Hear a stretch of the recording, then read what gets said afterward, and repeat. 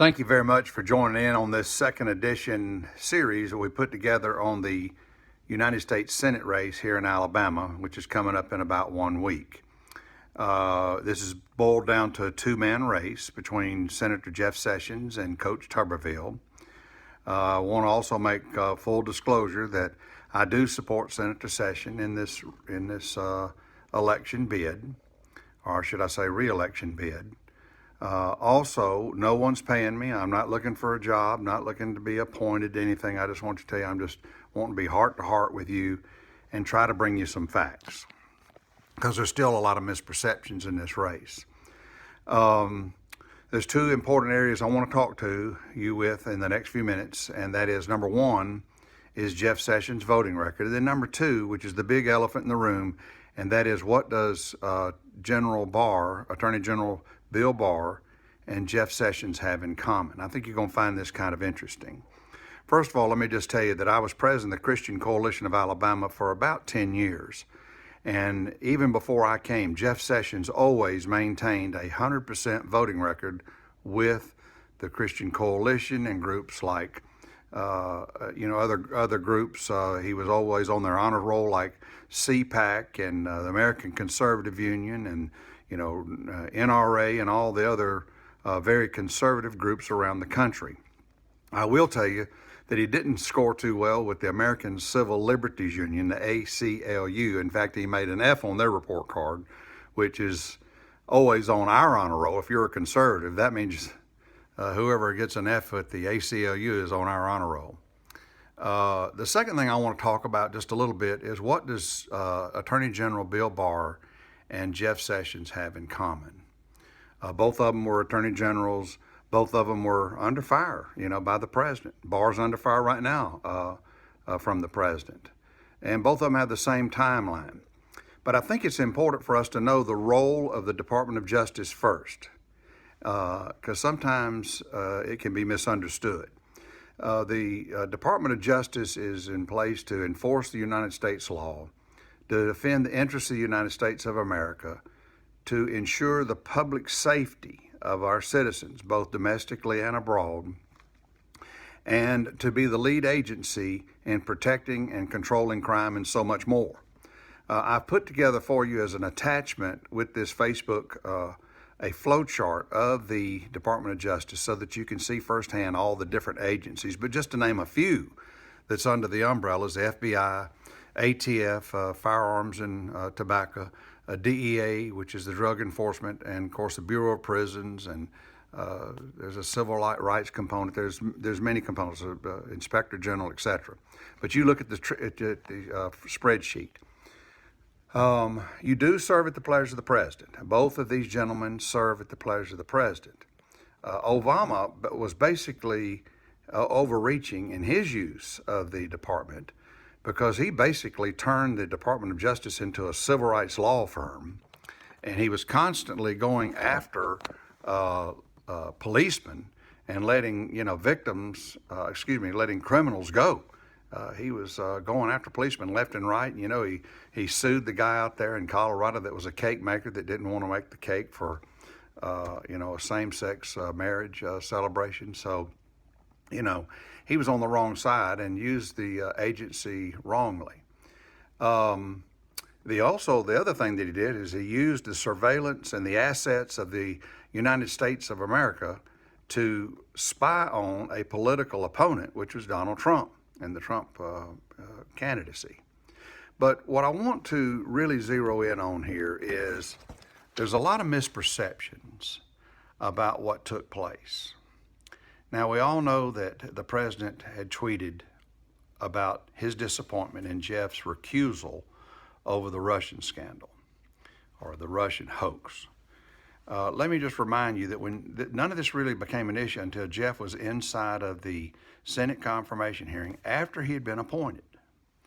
And 2 or 3 of the Democrat senators were trying to implicate him because he knew this Russian or that Russian or whatever. Well, as a United States Senator, as a House member, and I know working in the governor's office, you have all kinds of people come through your office, but that doesn't mean that you embrace their issues or their agenda. It's just a courtesy. And so these Democrat senators had implicated Jeff, knowing a couple of Russian activists, and there was no collusion, as we found out, but it implicated Jeff. And so what Jeff and the Attorney General Barr have in common is Jeff said he would recuse. He would have to recuse himself, and he did. Well, the president got upset about that because he was kind of getting beat up on, and he wanted Jeff to go out and defend him. Well, as I just pointed out, that's not the role of the DOJ, is to defend the president. It's to defend the law and protect citizens. It's not to be the president's personal law firm. And listen, I love Trump, and we all love Trump, and Jeff loves Trump. But it was just a little bit of a misunderstanding of the role of the DOJ. He was just looking for some help. Bill Barr, when he was in front of the Senate confirmation hearing, it's on record, you go back and look it up, he was asked, if given the same circumstances of Jeff Sessions, would you have recused? He said yes. I also want to remind folks that right now the president's, like I said, he's on Barr, so it's no secret, he's on Barr. Only difference is he's attacking the Department of Justice, whereas in Jeff's case, he was attacking Jeff personally, as we all remember. I want to remind everyone, we all wanted Jeff to fire Barr. We all wanted Jeff to fire Mueller. The president, basically wanted him to fire Mueller. Well, when Barr came in, he did not fire Mueller. He let Mueller run his course. He spent $45 million, wasted our money on this, zero report that came out.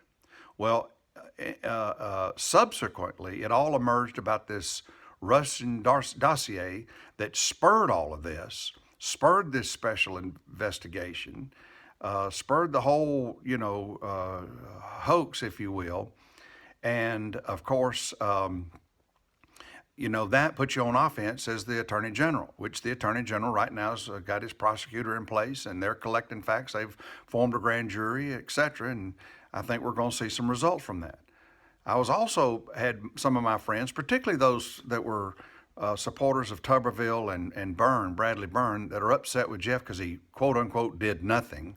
Well, Barr's followed the same footsteps. Let me remind you, Hillary Clinton hadn't been put in jail. Nobody's been put in jail yet, except for the ones that came out of Mueller, the Mueller report and the Mueller investigation. He was going after some of Trump's friends and, some of those non-connected fringe components of the Mueller report. But I want you to know that Bill Barr is following in Jeff's footsteps exactly. The only difference is the president is not tweeting about it. And I'm going to tell you, you serve at the pleasure of the president, but when the president comes down on you like that, these bureaucracies are like a termite farm. They will eat the floor out from underneath of you, and it's just almost impossible to do your job if your commander-in-chief or you're the governor or whoever you serve at the pleasure of is after you. So, I think McConnell was right in asking the president to, throttle back a little bit, let Bill do his job, and he would have been well served to throttle back and let Jeff do his job. But so be it. The good news is that, when Jeff left the administration, it would have been very tempting for him to be bitter, particularly, chastised publicly by the president and call, kind of the things he said about Jeff, which were not true. Because those of us who have known Jeff for 25 plus years know that that's not the same Jeff Sessions that the president was talking about. And so, just a little bit unfair to have that happen to you. But Jeff could have gone out and done a tell-all book, but that wouldn't have been honorable. He served at the pleasure of the president. He was there to fulfill the mission of the president, and he did so to the best of his ability. If Jeff had never accepted the president's offer as Attorney General, there would not even be a Senate race today because Jeff did such a stellar job in representing us in Alabama and Washington. So again, let me just say, Jeff is proven, tried, and tested. And I hope that you take a little second view that Bill Barr and Jeff Sessions have so much in common. Thank you, and God bless you.